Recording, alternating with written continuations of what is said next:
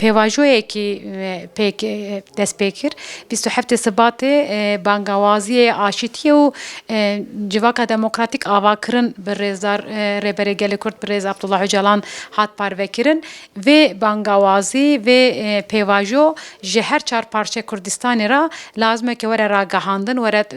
fêmkirin û ser wê fêmkirinê da rol û misyona her parçeyê her mirov her saziyê sivîl her partiyên hizbê Kurdan çi dikeve ser milewê ji bona wê ye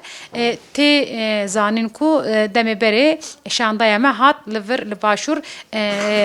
partiyên rêveberiyê Herêma Kurdistanê ziyaret kirin û peyamê rêberê gelê Kurd bi rêz Abdullah Öcalan bi wan re parvekir û rol û misyon piştgirî çawa ew bibe hat parvekirin vê lijneyê jî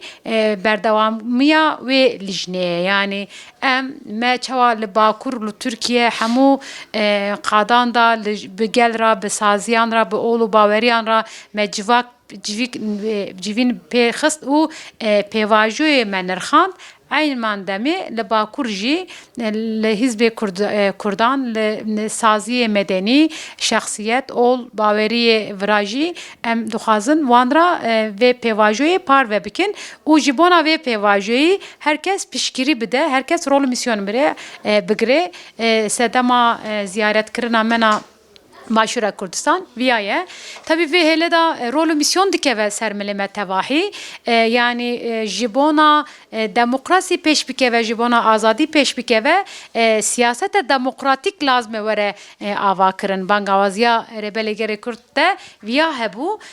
vê siyaseta demokratîk pêşxistinê de lazim e ki hemû hizbê Kurdan ol bawerî gel razîbûna xwe û sekna xwe nîşan bide hêla başûr yani mesela Bakur da gelek herkes piştgiriya xwe nîşan da vira jî herkes piştgiriya xwe nîşan dide em hevdîtina da vê tê gotin lêbelê lazim e ki mesela ji bona şer were rawestandin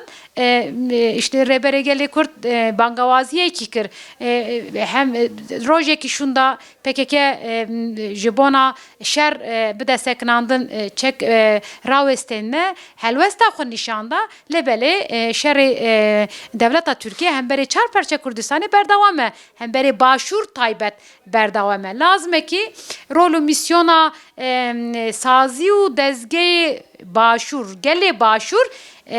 ji bona piştgiriya vê demê nerazîbûna hemberê şer dengê xwe bilindkirin e yani gelê başûr herî zêde zext û zorê devleta Tirkiye dibîne gelê başûrê jî ji bona wê rol û misyon dikeve ser gelê başûr hêzê başûr hizbî partiyên başûr û saziyên medenî rol dikeve ser wa yani lazim e ki bi tenê daxuyaniyekî piştgirî dayîn ne bi çalekî û hindsekinê û vê berdewamkirinê da jî rol û misyon dikeve ser gelê başûr. Yani erê îro li Tirkiye'da iktidara AKP dixwaze sistemekî otoriter li Tirkiye ava bike. Yani 22 sal tenê ser bixwe iktidar e ve 22 sal tenê ser bixwe iktidar bûyîna wê dixwaze viya bi zagonan bi ew jî berdewam bike ji bona wê zextê xwe ser muhalefetê jî dike. Hêlekî dixwaze muhalefetê bêdeng bike sîstema xwe na otoriterê darbixîne saz bike hêlekî jî bi vê êrişî azna peyamê dide gelê Kurda Bakur rêxistinê Bakur çima çünkü bangawaziya Rêberê gelê Kurd ji bona zagonên Tirkiye ve guherekî Tirkiye be devletekî demokratîk piştgiriya hemû partiyên muhalefetê piştgiriyekî ew qas zêde bûn vê piştgirî iktidarê rahatsız kir vê rahatsız bûyînê ji bona wê dixwaze asna hêza gelê Bakur, rêxistinê Bakur ya jî vê bangawaziya 27 Sibatê tenê bihêle mecbûrê xwe bike û gora xwe gav bavêje wê dixwaze pêk bîne ji bona wê du aliyê wê êrişa heye yek dixwaze muhalefetê bêdeng bihêle muhalefetê ew neke û iktidara xwe na oligarşîkê pêk bîne peyama wê ne diyemîn jî ji bona vê bangawaziyê xwedî derketinekî firehbûyîna wê tenê bihêle ji bona wê ye yani em dibêjin van aloziyên Tirkiye pêk tê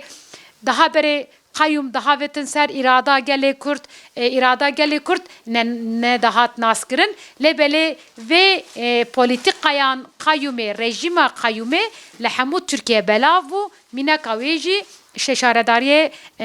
Tirkiye ne şaredariyê